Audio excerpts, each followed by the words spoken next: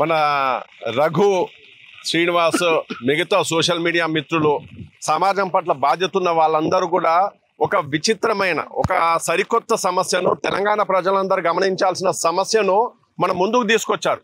ఇందులోపల ఉన్నటువంటి ఒక విచిత్రమైన కోణం ఏంటంటే ఇక్కడ వెంచర్ చేస్తుంది కిచ్చెన్నగారి లక్ష్మారెడ్డి అని చెప్పి అధికార పార్టీకి చెందిన వ్యక్తి. వర్టెక్స్ అనేటతను ఆంధ్రాకు సంబంధించిన కంపెనీ. ఇక్కడ జరుగుతున్న దాని మీద అవకతవకల మీద గొంతెత్తి ప్రజల ముందుకు నిఘాలను తీసుకొచ్చిన రఘు మీద వ్యతిరేకంగా వార్తలు ఎవరేస్తున్నారు? ప్రధాన ప్రతిపక్షమైనటువంటి భారత రాష్ట్ర సమితికి చెందినటువంటి టీ న్యూస్ చేస్తుంది. ఆ టీ న్యూస్ కు ఎందుకంత అవసరం వస్తుంది? ఒకవేళ రూలింగ్ పార్టీకి అవసరం అనుకుంటే రూలింగ్ పార్టీకి ఇబ్బంది కలుగుతుంది, రూలింగ్ పార్టీకి ఇబ్బంది పెడుతుండు, హైడ్రాను ఇబ్బంది పెడుతున్నాడు అనుకున్నప్పుడు వాళ్ళందరూ కలిసి రూలింగ్ పార్టీ వాళ్ళు టార్గెట్ చేయాలి. కానీ విచిత్రంగా ప్రధాన ప్రతిపక్షము రఘుని సపోర్ట్ చేయాలి. అట్లాంటి ప్రధాన ప్రతిపక్షం ఈరోజు రఘు మీద టార్గెట్ చేస్తూ వస్తుంది. రూలింగ్ పార్టీ సైలెంట్గా ఉంటుంది. రూలింగ్ పార్టీకి సంబంధించిన కాస్త సానుకూలంగా ఉండే మీడియా అందరూ కూడా సైలెంట్గా ఉంటారు. తెలంగాణ ప్రజలందరూ ఈ విషయాన్ని దృష్టిలో పెట్టుకోవాలి.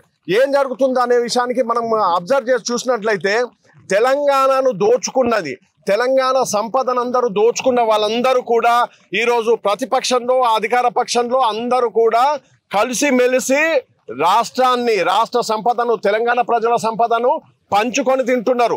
దొంగలు దోచుకొని ఊళ్ళను పంచుకున్నట్టుగా తెలంగాణను పంచుకొని తింటున్నారు. దీనికి ఆంధ్రాకు సంబంధించిన పెట్టుబడిదారులను ముందు పెట్టేసేసుకొని వాళ్ళ చేతుల మీదుగా వీళ్ళందరూ కూడా వాళ్ళ ఆస్తుల్ని పెంచుకుంటూ వస్తున్నారు. ఈరోజు వర్టెక్స్ వర్మకు సంబంధించిన ఆస్తుల లోపల బీఆర్ఎస్ కు సంబంధించి కేసీఆర్ ఫ్యామిలీకి సంబంధించిన పెట్టుబడులు పొలిటికల్ మనీ ఎక్కడ ల్యాండ్ చేసి పెట్టారు. గతంలో చూస్తే స్విస్ బ్యాంకుల్లో పెట్టుకునే వాళ్ళు ఈరోజు తెలంగాణలో ఉన్నటువంటి రియల్ ఎస్టేట్ లోపల, ఇక్కడ భూముల లోపల పొలిటికల్ కరప్షన్ మనీని తీసుకొని వచ్చి పెడుతున్నారు. ఈ విషయం లోపల ముఖ్యమంత్రి రేవంత్ రెడ్డి ఖచ్చితంగా స్పందించాలి. డిప్యూటీ సీఎం భట్టి విక్రమార్క కూడా ఈ విషయం లోపల స్పష్టంగా చెప్పడం జరిగింది. ఇక్కడ చెరువులు కబ్జాలు చేసి మరి చేస్తున్నారన్న తర్వాత వాళ్లకు పర్మిషన్లు ఇవ్వడానికి వచ్చిన వాళ్ళ మీద ఖచ్చితంగా ఏసీబీ దాడులు చేయాలి. అలాగే విజిలెన్స్ అండ్ ఎన్ఫోర్స్మెంట్ కు సంబంధించిన ఎంక్వైరీలు జరిపించాల్సి ఉంటుంది. అదే సందర్భం లోపల తెలంగాణ ప్రజలకు ఇక్కడ ఈ వెంచర్లలో ప్లాట్లు కొనే వాళ్లకు ఒక హెచ్చరిక చెప్పబోతున్నాం. ప్రకృతి ఈ పాలకుల కంటే, ప్రధాన ప్రతిపక్షం కంటే, పొలిటీషియన్స్ కంటే ప్రకృతి చాలా పవర్ఫుల్. మీరు ఇక్కడ ఈ చెరువులను ముంచేసేసి పూర్తి చేసేసి కట్టే వెంచర్లలో మీరు కొన్నట్లయితే మీరు త్వరలో మునిగిపోవడం అనేది ఖాయం ఉంటుంది. కాబట్టి అంతేకాకుండా ఇది ప్రజల జీవితాలతో చెలగాట మారుతున్నటువంటి ఈ వర్టెక్స్ కంపెనీకి సంబంధించి కానీ కిచ్చెన్నగారి లక్ష్మారెడ్డి గారు ఖచ్చితంగా ఈ మహేశ్వరం నుంచి మీరు ఎమ్మెల్యేగా పోటీ చేయాలనుకుంటున్నారు, రాబోయే ఎన్నికలనుకుంటున్నారు. కానీ ఇక్కడ ఉన్నటువంటి గ్రామస్తులు, దళితులు, బహుజనులు వీళ్ళందరి ఆస్తుల్ని మీరు అది దొడ్డిదారిన స్వాహా చేసుకొని దాన్ని దోచుకొని మీరు బిజినెస్ చేయడం అనేది చాలా అనైతికం. దీనికి సంబంధించి ఖచ్చితంగా రాబోయే రోజుల్లో మీరు కూడా మూల్యం చెల్లించుకోవాల్సి ఉంటుంది. ఈ పాపం నుంచి మీరు పక్కకు జరగండి. అధికార పక్షంగా ఉన్నటువంటి ముఖ్యమంత్రి రేవంత్ రెడ్డి గారు, డిప్యూటీ సీఎం భట్టి విక్రమార్క గారు ఖచ్చితంగా ఈ సమస్య మీద దృష్టి పెట్టాల్సిన అవసరం ఉంది.